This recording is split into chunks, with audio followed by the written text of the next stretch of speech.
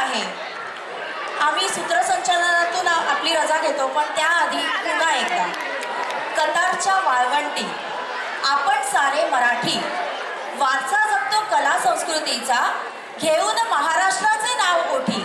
तर सर्वांनी म्हणूया जय महाराष्ट्र. परत एकदा जय महाराष्ट्र.